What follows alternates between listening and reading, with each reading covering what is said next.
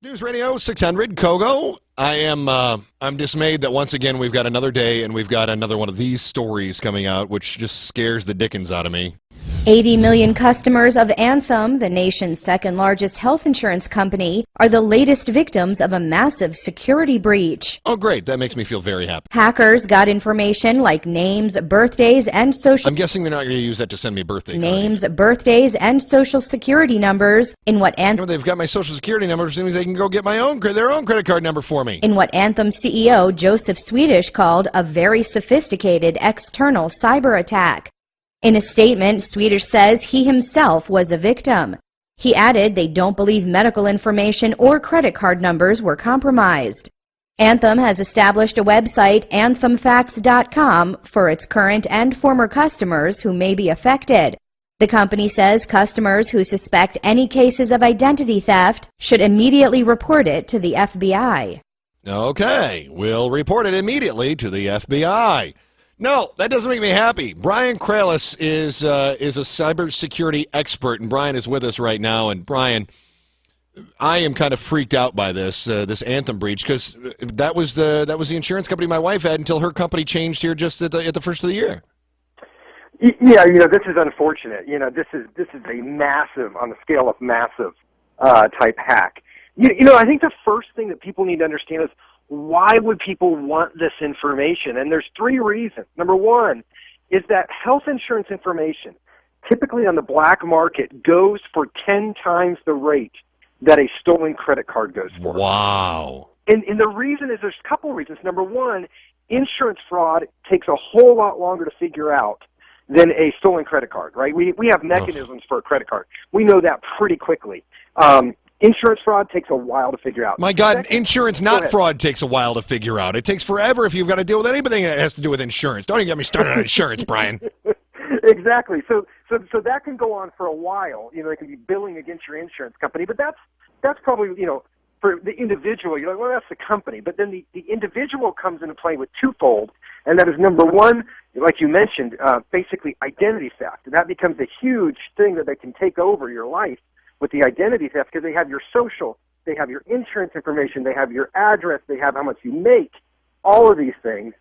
And then the third component, which also becomes a little scary, is now if they can attach healthcare data to your information, now what they can start doing is targeting and pinpointing, maybe, let's say, executives, teachers. You could start to think about if there might be something embarrassing, or they can make embarrassing with your healthcare, and they tie that to certain positions in society. Now they have some ammunition for blackmail, right? And so there's three ways in which why they're so after healthcare data. Oh, that's a great. I hadn't even thought about that. Let's say that you've got a pro athlete who has an STD. That's not going to be very good for his marriage or his career.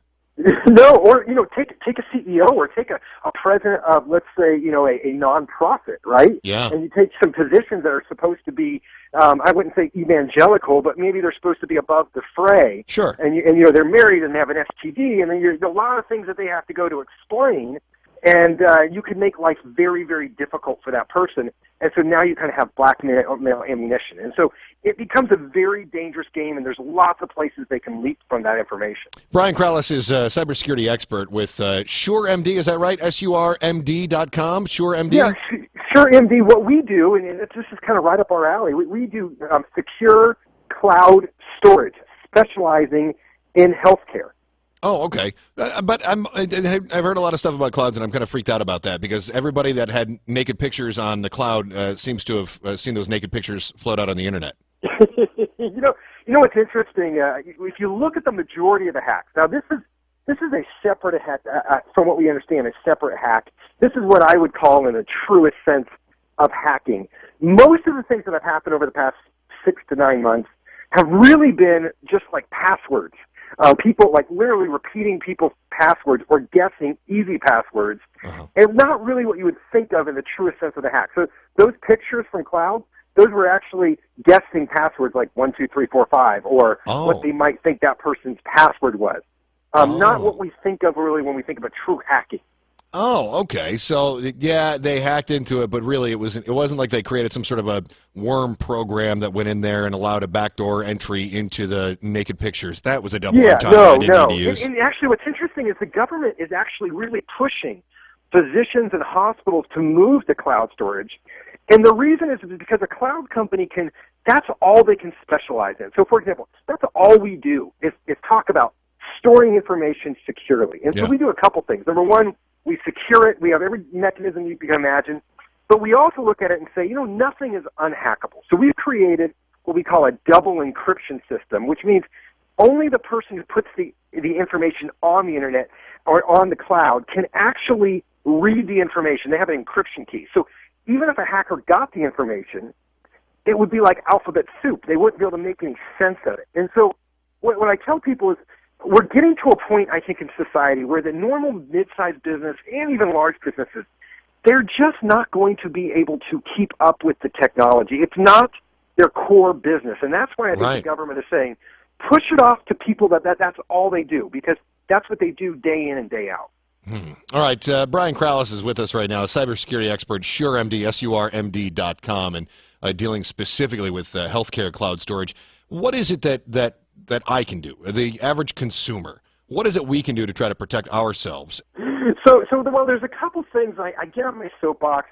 I don't think there's anything that we can do, and sometimes we're a little bit irrational.